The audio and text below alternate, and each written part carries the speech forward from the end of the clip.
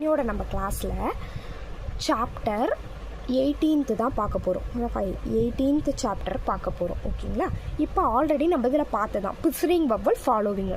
ஸ்டார்டிங்கில் வவ்வல் வந்து இமிடியேட்டாக ஒரு ஆர் வந்துச்சுன்னா நம்ம டவுன்வோர்ட் ஆர் யூஸ் பண்ணணும். ஏர், ஓகேங்களா? ரி, ஐயர், ஓகேங்களா?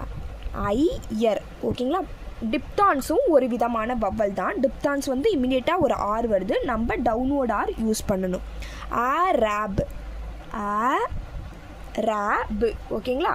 வவ்வல் வந்து இமிடியேட்டாக ஒரு ஆர் ஃபாலோ பண்ணிச்சுன்னா நம்ம டவுன்வோர்ட் ஆர் யூஸ் பண்ணணும். ஃபைனலாக வவ்வல் ஃபாலோ பண்ணிச்சுன்னா ஆருக்கு அப்புறம் ஒரு வவ்வல் வைக்கிற மாதிரி வந்துச்சுன்னா நம்ம டவுன்வோர்ட் ஆர் யூஸ் பண்ணணும். ரை, நீ, ராபு, ராபு, borrow, borrow, borrow, carry, carry, story, story, story, ஓகேங்களா? அதுக்கப்புறம் வேரி, WARY, வேரி, ஓகேங்களா? வேரி.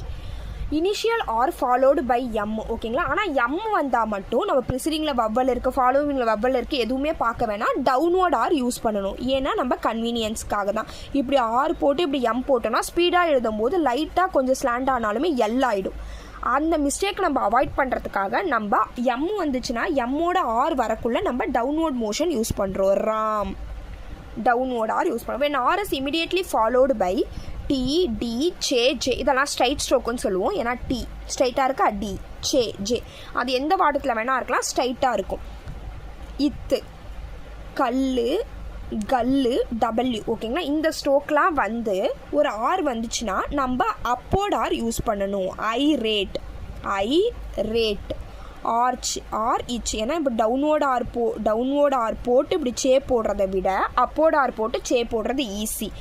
அர்ஜு, இப்போ இப்போ டவுன்வோர்ட் ஆர் போட்டு ஜே போடுறத விட அப்போர்ட் ஆர் போடுறது ஈஸி. அதனால் நம்ம கன்வீனியன்ஸ்க்காக இதெல்லாம் வந்துச்சுன்னா நம்ம அப்போர்ட் ஆர் யூஸ் பண்ணிக்கிறோம். எர்த்து, இத்து, எர்த்து, ஓகேங்களா? நம்ம ஆல்ரெடி நம்ம ஸ்ட்ரோக்கு 2 டவுன் ஸ்ட்ரோக்கில் வந்துருச்சு. அதுக்கப்புறம் ஒரு ஆர் வந்துச்சுன்னா இப்போ ப்ரிப்பேரில் வந்து ரூல் படி நம்ம ஃபைனலாக வந்து எந்த வவ்வலுமே வரல, அப்போ டவுன்வோர்ட் ஆர் யூஸ் பண்ணணும்.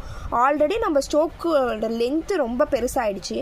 அதனால் இப்போ நம்ம போட போகிறத அப்போர்ட் ஆர் யூஸ் பண்ணிக்கிறோம். ப்ரீப்பர், ப்ரீப்பர், ஏன்னா நம்மளோட ஸ்ட்ரோக் ரொம்ப பெருசானதுனால. ட்ரம்ப்ளர், ட்ரம்மு, பல்லு, ஆறு, ஓகேங்களா? ரூல் படி நம்ம டவுன்வோர்ட் ஆர் யூஸ் பண்ணணும். நம்மளோட ஸ்ட்ரோக்கோட லென்த்து வந்து ரொம்ப பெருசானதுனால நம்ம அப்போர்ட் ஆர் யூஸ் பண்ணிக்கிறோம். 2 டவுன்வோர்ட் ஸ்ட்ரோக் வந்துருச்சு. இதுக்கப்புறம் இன்னொன்று டவுன்வோர்ட் போட்டால் 3வது டவுன்வோர்ட் ஸ்ட்ரோக்காக போகும்.